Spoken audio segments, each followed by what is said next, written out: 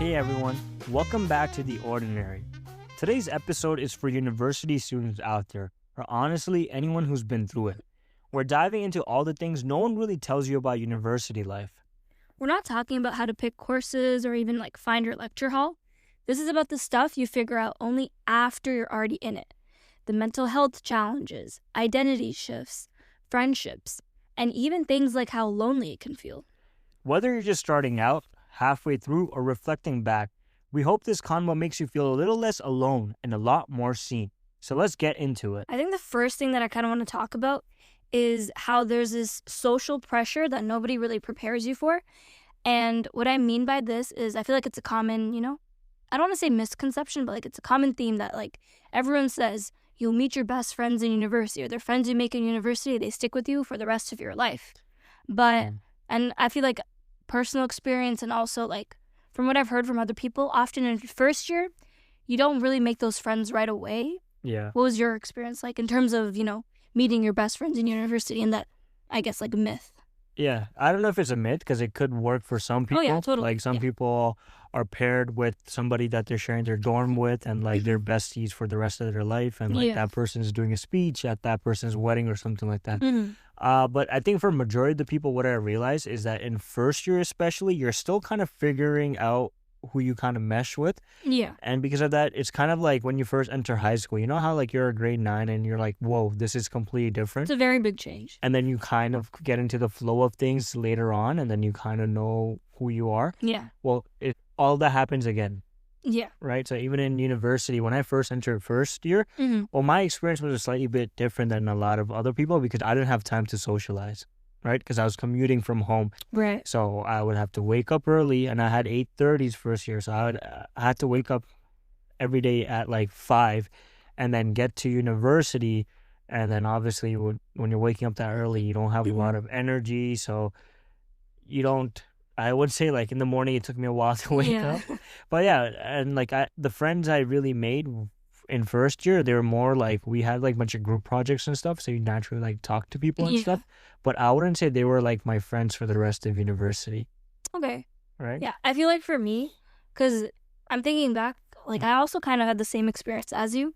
My first semester of first year, I did commute. Yeah. I mean, my commuting was a lot easier than Jalp's. It's because I had a friend of mine from high school who had a car. So I would just carpool with her and pay gas money basically, which was amazing. That being said, this friend is an engineering student, so their schedule is a lot more busier than mine as a health student. So basically they would have your sort of schedule, a 9 to 5 sort of schedule or an 8:30 to 5 schedule. So that means I would also go in the mornings with them, but we also like to go to the gym in the morning. So then and we'd go from when the gym opened. Because my friend was on some sort of sports team as well. So they had group workouts at 6:30. So then I'd also be waking up super early. I'd be waking up by 5 to be ready for 5:30 to get picked up. And then, But I would also say because, again, commuting definitely throws a wrench in your plans when it comes to socializing. Especially because I think a lot of people, the friends they made in first year, not necessarily, not saying that those friends stuck for those people, but they were all living on res, Yeah, or versus... Because I think most of the times you're doing the fun stuff with your friends after classes and everything, exactly. And that's the time I gotta take the bus back home. Exactly. Right, and you pack one meal, a few snacks. You're gonna be hungry by the time 5 o'clock. Oh yeah, I used to be starving. Yeah. Right, because I would have one lunch that I would pack, and then my mom would be always take more. I'm no, I'm gonna come back at night. Yeah. But my days just become so long. And even if you want to hang out after class, you're no, I want to get home. Because it's also not fun to commute in the dark and then get home so late that you don't really have time to chill before the next day starts. Yeah, and I guess that way our experience is a little bit skewed than maybe some people listening to this because they might get to experience that first year life where they're at over there. Yeah. But from my experience also is even the people I met in first year, they're great people and everything, but I found I stuck with more friends later on in my university life that were more kind of like me, kind of a little bit different, but more of my vibe type of guy. Mm-hmm. You know what I mean? Yeah. I think I did strike out in terms of, not strike out, sorry. Mm-hmm. I was lucky. I stroke lucky? No, what's the? Stroke. Anyways, I was lucky in the sense that, again, I was commuting my first semester and then second semester I lived like in my university town, which is awesome. Again, Funny thing, the same building as me. Yeah, that was really crazy. I don't even think it was like planned or anything. It just happened to be the same building that Jalp was living in at the time. But what was I saying? Oh yeah. I was lucky in the sense that like I randomly sat next to this girl in like my first week of first year, and I think you needed me to. So basically, Jalp and I, in my first semester, you were in your final semester of university, right? Yeah. And then I remember you needed protein powder from home. So like, can you bring it with you on the bus in the morning? I was like, yeah, sure. Sorry, just bring it with you. Yeah. So then this is my first week of classes. I'm in my first chem class of the semester. And Jalp is like, okay, I'm outside your class. Can you come give it to me? So I'm already sat in my lecture hall. So I like left my backpack there. No one was sitting beside me at the moment. I go down to give you your protein powder. And then when I come back, there's a girl sitting beside my backpack. And so I turned to her and I was like, I think right before like the actual content started, I was like, hey, how's it going? And we were just, like the regular, dude, I remember in first year being like, what's your name? What program are you in? What res do you live in? Like, like there's a very structured conversation to follow. The small talk. The small talk, exactly. But you do it like every day. Sometimes I do it twice with the same person if you low-key forget you met them. But anyways, I sat next to this girl, we talked, and then turns out she's from our hometown. We went to different high schools, but I was lucky in the sense that like I'm still very close to her, and like she's probably my closest friend at university. That's really nice. Yeah, so like like I kind of was lucky in that sense, but in terms of like a friend group, I feel like I didn't really. Yeah, and like for me, I kind of had a similar story. Well, like I didn't meet anyone new, but like William Wang, if you're listening to this, like we went to the same high school.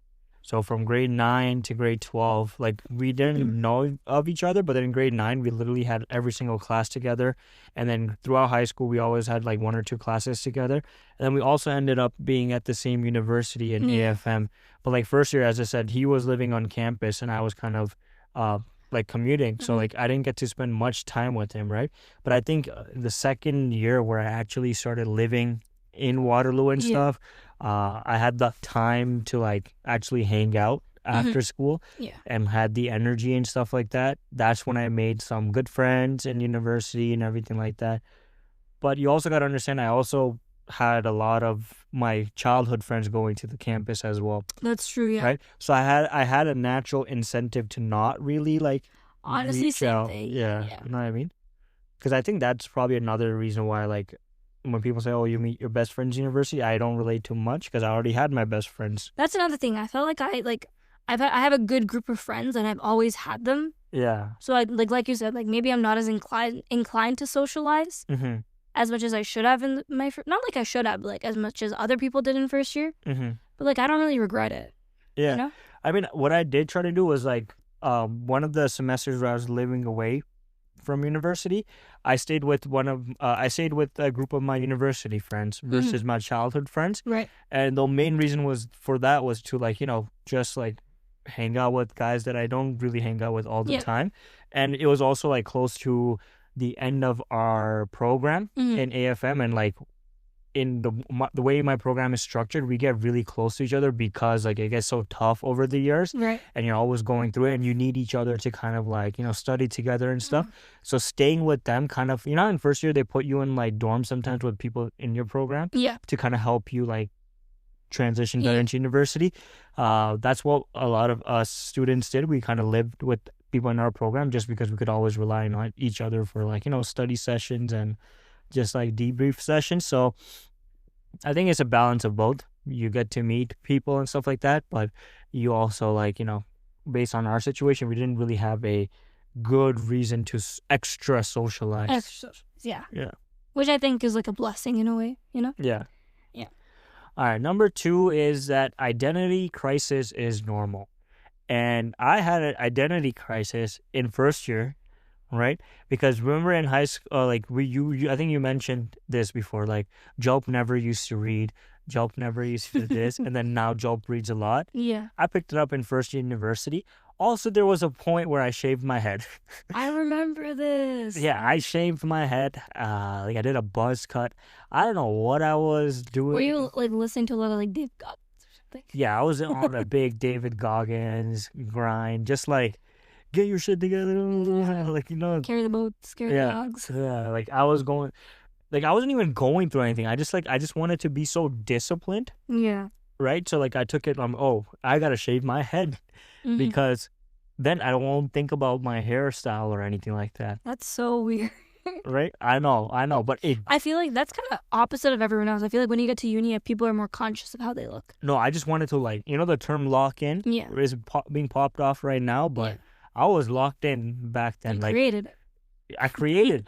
Oh, I used to watch so much YouTube videos on productivity, like Ali Abdul. This is a very niche YouTube content creator. But if you know about this, that means I know that you're a type A person like me and you are really into productivity. I would learn my productivity systems from there. I learned about the Pomodoro technique from there. I learned about how to organize my workflow, optimize my study habits, everything. Like, I don't know why I was so like focused on that. Which kind of paid off because some of those skills that I developed in the first year I still have. Yeah. So don't be afraid to go through identity crisis. You might not have to shave your head like me, but don't be afraid to try out something new. Yeah. Right? Yeah, I feel like for me, I did not shave my head. I still have all my hair. I always had all my hair. I do think about it sometimes though. So I feel like I look great bald. I think right now I already cut my hair short. I think I want to go short. Yeah, after watching the movie yesterday, it kind of looked nice. Right? Yeah. No, I just feel like I'd look good bald or without eyebrows. I don't know about that. I don't think anyone looks good without eyebrows. We'll see. You look like an egg, probably. I think I look great. Okay, anyways. Yeah, like I didn't have like a crazy crisis or like, like I wasn't really questioning who I was first semester. Yeah. But then second semester, like I mentioned earlier, I started living in Waterloo. And then after that, I just realized like maybe first semester my priorities were not like what I, decided to pursue education for in the first place. And I think, thankfully, a lot of this has to do with my roommates because I was living with two people that, like, they're older than me. Yeah. And on top of that, like, one was working full time and one was 2 years older than me, like 2 years ahead in school. And they were very, like, I feel like they influenced me in a very positive way in terms of I finally got, like, my shit together, Yeah. And, like, obviously first year is, like, not that deep. But, like, I would say, like, identity crisis in the sense that, like, I got better at being a student. Almost. Yeah. I think I kind of also bloomed as a person. Like, I felt more confident in my skills and my abilities. Yeah. I had a solid routine. Like, well, I thought it was solid. Like, because I had to wake up early, right? So on my way to university, I would use that time to kind of educate myself about the world, listen to podcasts and everything like that. And then you have an 8:30 class and your next class might be at like 1. So I had the like nothing else to do except for like either go to the gym, play basketball, or like just go to the library and like get ahead on school. Right. So like I think I got the opportunity to work on myself a lot in first year thanks to my commuting schedule. So then when second year came, I kind of took an opposite. I'm like, oh, I did a lot of this, and like let me let loose a little. Yeah. So I made it a priority to like socialize, and things like that. You know what I mean? You know what? Now that you're mentioning that, I feel like I did in terms of like blooming as a person or whatever. I definitely think I went through a lot of character development, as I like to call it. I feel like because you know how you were saying earlier, like, oh, you're like a type A person. I'm like not a type A person. I'm type B person in the sense that like I think first year, like, bro, I kept on playing like the catch up game. You were trying to get ahead. I was making sure I wasn't falling behind. Yeah. But like now as a third year, I'm like better at it. I'm not the best. I'm still doing things last minute, but I definitely did like change as a person. I feel like identity crisis wise though, I think the biggest one I probably had recently, not in first year. But I guess we're talking about university as a whole. Right? Yeah, university, like, I think even third year, fourth year, who I was in fourth year was different from who I was in second year. That's true. But yeah, I think it's super normal to, like, honestly, because university, like I said, you're surrounded by so many different people outside of your program. It's, like, all sorts of people in different walks of life. And so seeing what they decide to do, it makes you question, like, like, the choices you make, which is, like, totally normal to, like, be like, am I in the right program, or do I really want to do what I thought I wanted to do? Yeah. Or do I like who I am, like. Yeah, or I think it also does the opposite. It kind of reinforces your values. Exactly. Right? Because I saw some people do, like, they, like, I don't know, like their focus in life was something else. Their focus in life was maybe too much of the extreme on the socialization skills, where they kind of failed out of the program, or they just went on a path that I probably think that I wouldn't want to go on, right? And that kind of reinforced my values and like my goals and everything. So when you're surrounded by so many people, not only do you pick up the good things, but you also learn the bad things that you want to avoid. So yeah, the identity crisis stuff is normal. You're probably going to change.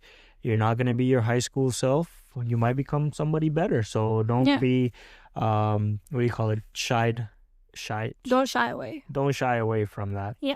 And kind of going off of, you're going to be surrounded by all types of people. I think a huge thing that I kind of noticed, especially when I was commuting more so, is despite being surrounded by all sorts of people, you will still feel lonely sometimes. And I think that's a normal part of university. Yeah, like especially like, for example, me, I remember I used to live with my friends, like my childhood friends, right? One semester, but you still miss home. Yeah. You still feel like you don't want to be here sometimes, right? You want to just go home, be in your own like room, your own house, and just like be with your family and stuff, which I think is normal. And like when you are like going through a long day, or when you don't go, especially exam time, I think when you're studying and stuff, sometimes you're so like exhausted and burned out that like you just want to be, I don't know, I just miss my mom sometimes. No, I think like when like the going gets tough, that's when I'm like, oh my God, I'm super appreciative of like, what we have back home. Also, like the whole like the whole distance makes the heart grow fonder. That's why I'm such a like advocate for like living away from home while you're at university, because you gain so much appreciation and like gratitude for what you have back home. When you're away from it and you realize, like, wow, a lot of things were handed to me, or like, wow, like opening the fridge, you always knew there's something gonna be there. In university, you're eating like toast as a meal. Actually, no, that's a lie. I don't do that, but you could be. Or like the amount of tofu I ate. Dude, I go through like 2 packs of tofu a week. Yeah. So I think, even when you are surrounded by your roommates, your friends and everything, you're still gonna feel lonely, which is normal. Yeah. And I feel like that perfectly segues into the fourth thing, which is, mental health needs more than just like going to the gym or like getting a sweet treat. Like, yes, those help, but you also have to be, like be okay with talking about it. Also acknowledging burnout and stuff. Like when you feel burnout, when you feel like all these like big emotions, maybe imposter syndrome, I feel like that's a huge one. Especially when you're in a tough program, or not even a tough program, in a program that you're like, am I in the right program? Or like, like, am I like other people? I feel, like an imposter. That's when it's really important to acknowledge those feelings and talk about them rather than like, shy away from them, letting them fester. The imposter syndrome is also something I dealt with a little bit because of a co-op program where you would see positions from really good companies being posted, and you're like, dude, do I even qualify to like, should I even apply to this? Like, am I even gonna get it? You have these doubts in yourself, like, am I even like smart enough or like qualified enough for this position and stuff? But you got to remind yourself that if you put in the work, if you have the results to show, then that's all that matters, right? Don't let your head get in the way and like stop you from applying to jobs, apply to positions, or even just like anything in life in general. If you have genuinely put in that work, like there's 2 types of way you can build confidence, right? You can put in that work and build that, what do you call it, portfolio of work to show for it, or you can gas yourself up. Well, what's going to last in the long run? It's the one where you actually put in the work. And I kind of want to talk about this. Like, I feel like there's a culture nowadays where it's like, when you don't feel good about yourself, when your mental health is low, treat yourself. Like, there's like, like that treat yourself culture, which is totally like, like, allow yourself to be happy in like whatever way you want to treat yourself. But it's also important to do like actual self-care, actual like working on yourself, like you said. I feel like sometimes those big emotions you feel, they're telling you that maybe like I need to work on this or I need to work on that, rather than like, kind of like be like, okay, I am like this, whatever, let me like go get a sweet treat. Or like, the analogy I would give is, let's say you have a house, right? And there's a leak on the roof and there's water coming in. One solution could be to just duct tape it, right? What's going to happen next? The leak is still going to be there because you haven't addressed the source of it. Or move to a different house. Yeah. What?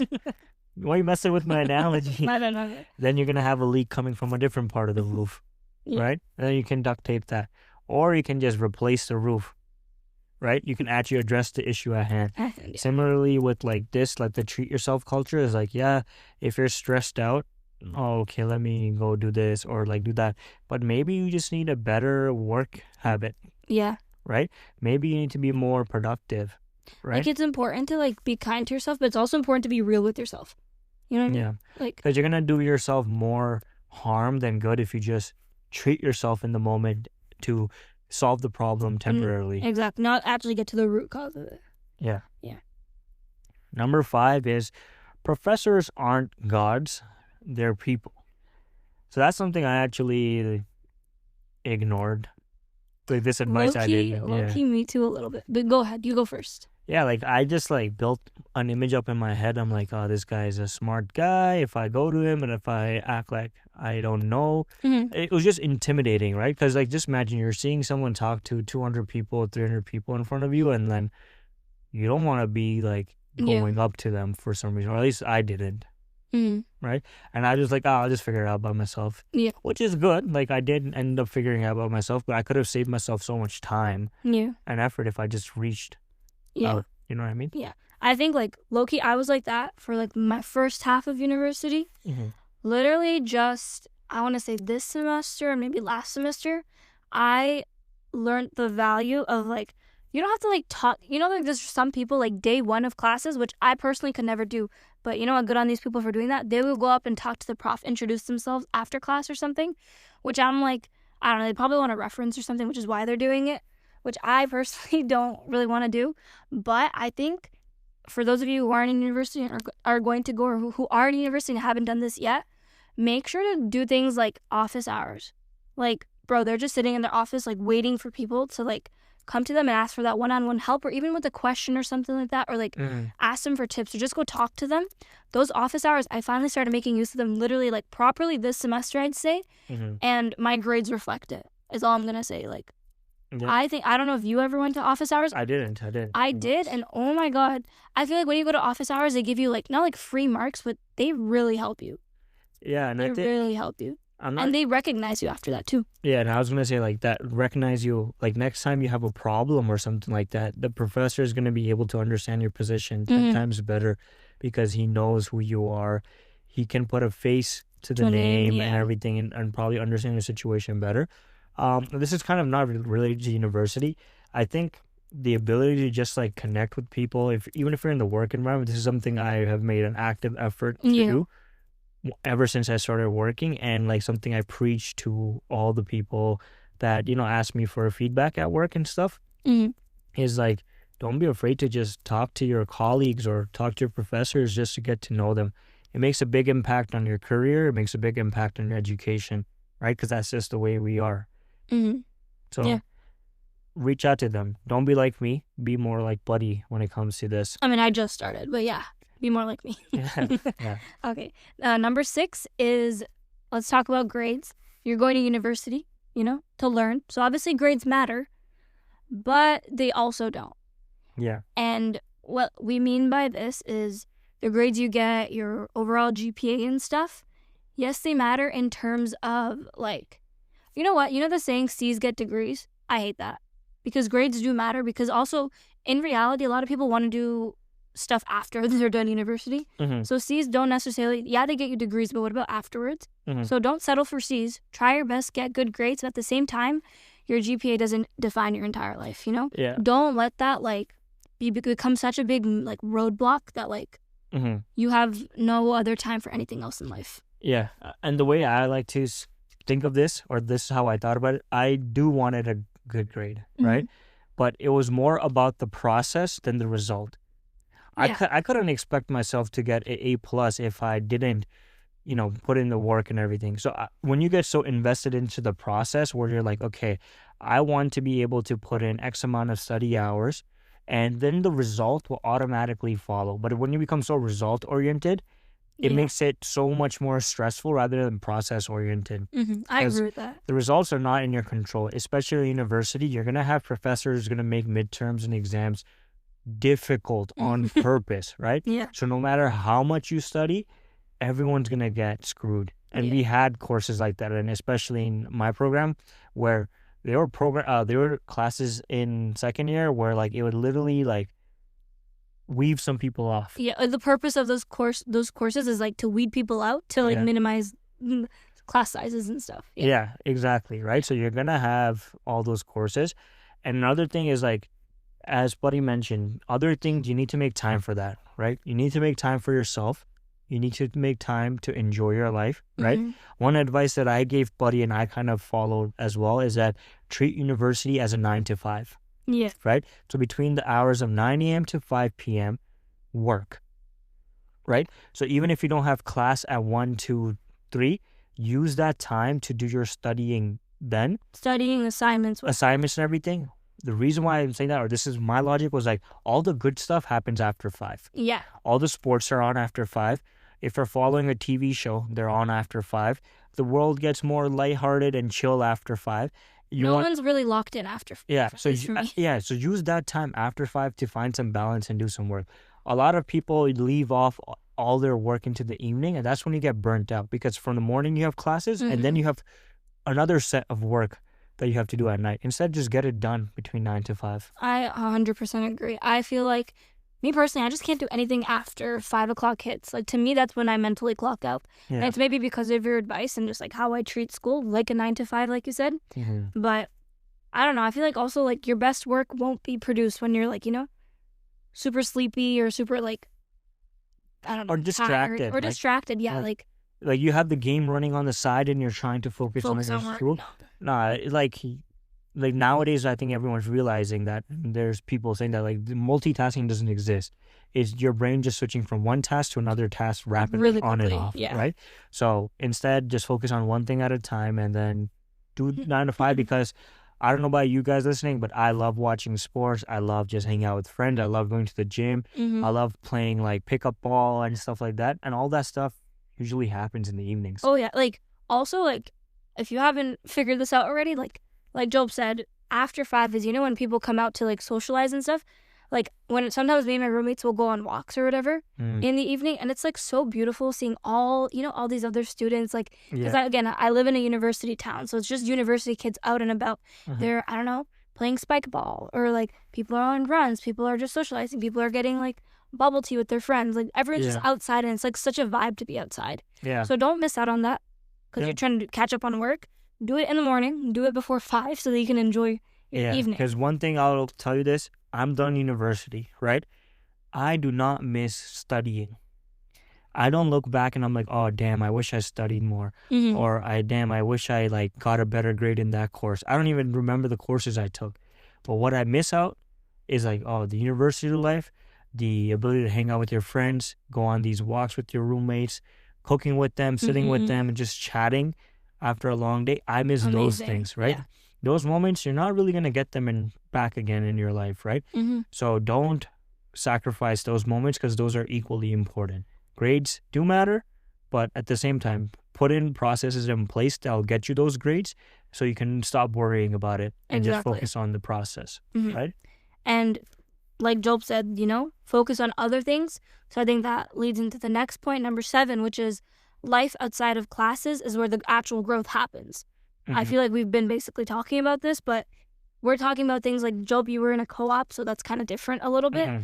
But like volunteering or clubs, side hustles, or like hobbies, like make sure you also prioritize those things. Yeah, those things will kind of help you determine what you want to do, which is the biggest point of university. University is kind of a stepping stone into your career. University is not going to determine your career, but it'll help you launch into a career that you want to go into, right?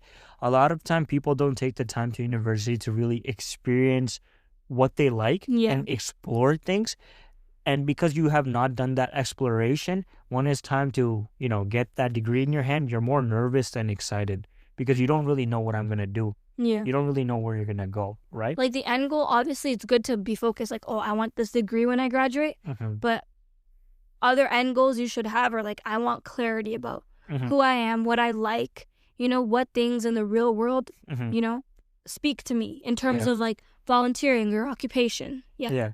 And like as Buddy mentioned, I was in a co-op program. What's really common in a co-op program is that people go to their first co-op, and most co-ops want to hire you again if you are competent enough, which most people are. So they will just go to their second co-op there, their third co-op there, their fourth co-op there, and graduate and then start working there full time. From day one, I made it an effort or a goal in mind that every single co-op that I was going to do, I was going to do it at a different place because I wanted to experience what I liked, right? I wanted to know for sure that, okay, this is the type of work I like. This is the type of work I don't like. So when I actually finished my co-ops and I wanted to choose a career, I kind of had a better understanding, right? Yeah. So don't be afraid to explore. Don't be afraid to join clubs. Even if like you're an accounting finance student like me, don't be afraid to join like a run club or something like that. A lot of people, when they think of university clubs, they're always just thinking about how can I beef up my resume, right? That's not the only point of these clubs. There are some really silly clubs you can join. Yeah. Like my school has like a cheese club. Yeah. Right? Like just join clubs that you genuinely find interesting. Meet people like you. Like if you're really into running, joining a rub club. Whoa. Please don't join those type of clubs. But joining a run club will help you meet other runners and like kind of socialize, right? And if you're like a guy and you're looking for a girl that also runs, she's not gonna be at the cheese club. She's gonna be at the run club. Okay. Common sense. Common sense, exactly. Yeah. And like I feel like I can bet there's like so many different clubs that pick a random niche hobby that you have or something weird that you like. Like there's probably a club on it. Oh, also intramural sports. Oh yeah, intramural sports are so fun. Yeah. My issue is like I have no one who wants to do it with me. You can join random teams. I know, but I'm a little shy to do. That's fine. But I think next semester I'll be doing. Yeah, you should do it because you're not gonna get. I did ultimate. That was really fun. Yeah, I did basketball throughout university. I did like I also like just went to the gym with my friends and like did workouts. That's together another thing like that I loved. Yeah. Because- Make use of all the not like free stuff. It's in your tuition, but like in the moment it feels free. Like make use of all that stuff. Our school has like a rock climbing gym and it has like these fitness classes and stuff. Yes, it's like a small fee, but then it's like free after that. Do it. It's so fun. Yeah. So and like I forgot to mention, I also when I picked up golf, I went golfing with my school friends and stuff, and like I learned how to play better through them and stuff. So your life is more than just education in university, right? So don't forget that. Yep. Number 8 is you won't have it all figured out by graduation, and that is completely okay, right? So most people think that once university's done, like you should have a perfect career path going for you, or you should have something going along for you. I know a lot of people listening to this might be going through a rough like economy where work is hard to find and stuff like that. But that's the reality of things, right? It's supposed to be difficult when we're young. We're supposed to go through these challenges to become a better version of ourselves and kind of experience that. So don't think that you actually have to have it all figured out. It'll be nice that you have it figured out, but it's okay if you don't, right? You're not alone. A lot of people are going through it when it comes to that. For example, I can share about like my personal story. That's a weird way to put it. But I thought for like the first 2 years of my university career that this is what I do. This is what I want to do after I graduate. And then literally like this December, I was like, hold up. That's not what I want to do. And so I've changed it. Do I like have a 100% solid plan of what I want to do after I graduate? Not really, but I think it's a healthy sign if you are confused. Yeah. Because that means you're really giving it thought, you know? You're not just settling for something that seems nice. Make sure you're questioning, is this what I really want to do? Really ask yourself that. What are my goals in life? Will my career, help me get my goals? It doesn't matter. Like, you people are like, oh, do you value money or do you value like work and social life and like all that stuff? Like ask yourself those questions. Yeah. Right. And to give you guys a personal example is that sometimes you might find yourself just going with the flow and doing what everyone else is doing. I did that actually. And until luckily I realized that I was doing that before it was too late. But as I mentioned, I was in an accounting and financial management program. And the courses I took were CPA courses. So whatever I took would set me up for getting my CPA designation. Yeah. What's normal is that like 70% of the people in that program then go on to do their masters of accounting because then you do other another 8 months of school, and that kind of sets you up to write that CPA exam right out of university. All my friends applied, even I applied. We all got in, and I had the acceptance letter in my hand, and I was kind of like, whoa, this feels too real. I don't even know if I really wanted to do my CPA. I didn't really know that I wanted to, pursue a career in this. So luckily, that kind of whoa moment happened before I accepted and paid all this money and went and was in the middle of all this. So I declined, and I'm completely happy right now that I did that, because I found a career that I actually enjoy, and that's meant more for me, right? I was following somebody else's game plan. Yeah. I was following the game plan of my friends. Or the majority. Yeah. Right? But don't be afraid to take that risk, right? Because this is the time. You don't want to funnel yourself into something that you're not really passionate about, because you're just going to end up resenting that career and feeling like you made the wrong decision. Yeah. I like to say, I'd rather you take your time, making the right decision than making the wrong decision, too quickly and then just having to, deal with the repercussions of that. Yeah, and, most of the times, the consequences that you feel in your head are way more amplified than what the actual reality is, right? Yeah, totally. You're not going to become homeless. You're not going to become broke, or you're not going to, die, right? If you take the risk or pursue a career that seems a little bit interesting to you, but could be a little bit out of your blueprint. Yeah. Right? And the last point I'm going to mention, and this is something that I see a lot of university students dealing with and stressing themselves with, is that your first job will not determine the rest of your career. I'm going to repeat it one more time because it's that important, and a lot of university students are stressing the heck out of themselves because of this, is that your first job will not determine the rest of your career. Now, when I was in university, a lot of people are like, okay, if they're in engineering, they're like, brother, I need to get a job in Silicon Valley or that's it. Yeah. Everyone's just stressing themselves about that and, missing out on opportunities that are in Canada, or missing out on opportunities that they are ignoring just because it doesn't have the Silicon Valley tag. Or same thing with accounting and finance. I need to work at this firm, or I need to work at these type of companies, then only my success will be guaranteed, right? To give you the honest feedback, your first job, if you got a really a high position or something like that, it's a good start, but what's next after that? Most of the times these people just look for exit opportunities from there, right? That's not what they want to do, right? And think of your career as a story. That's how I tell people, hey, I started with this, then I realized I didn't like this, and I want to go into this, right? Yeah. Your career is your story. So whenever I've made a couple of career moves, and I've made a couple of, changes in my career, because it's a story. It's a part of the process. It's a journey, right? I actually really like that, because what makes a story good? Not when it's straightforward, the main character knows what they're doing right from the beginning. It's when there's twists and turns, when there's, confusion, when there's moments of clarity. Wow, that's really beautiful. Yeah, and a lot of people that I have talked with have gone through that. And everyone naturally goes through that. Rarely do you find people stick to the one position that their first job for the rest of their lives, right? Everyone's kind of switching over and things like that. But I always think okay, make sure that your career is kind of like your story. When you're even in your interviews, don't be afraid to share that story, right? Stories do have ups and downs. So stories could have breaks as well. So if some people take career breaks and stuff like that, that's normal. It's part of life, right? So don't think that your first job will determine the rest of your career. Give yourself some slack, enjoy the process, and you're going to be okay. You'll find a job, you'll work at it, you'll build that experience, and then you're maybe one step closer to the dream job that you have in your mind, right? Exactly. You'll get there. Yeah. That's what I would like to say. That was beautiful.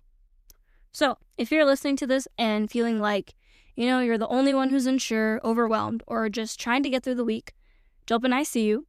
Yeah. University is one big lesson in becoming who you're meant to be. And that process, it's messy, but beautiful. So keep showing up, keep being curious, and remember, it's totally okay to not have it all figured out. Thanks for hanging out with us on The Ordinary.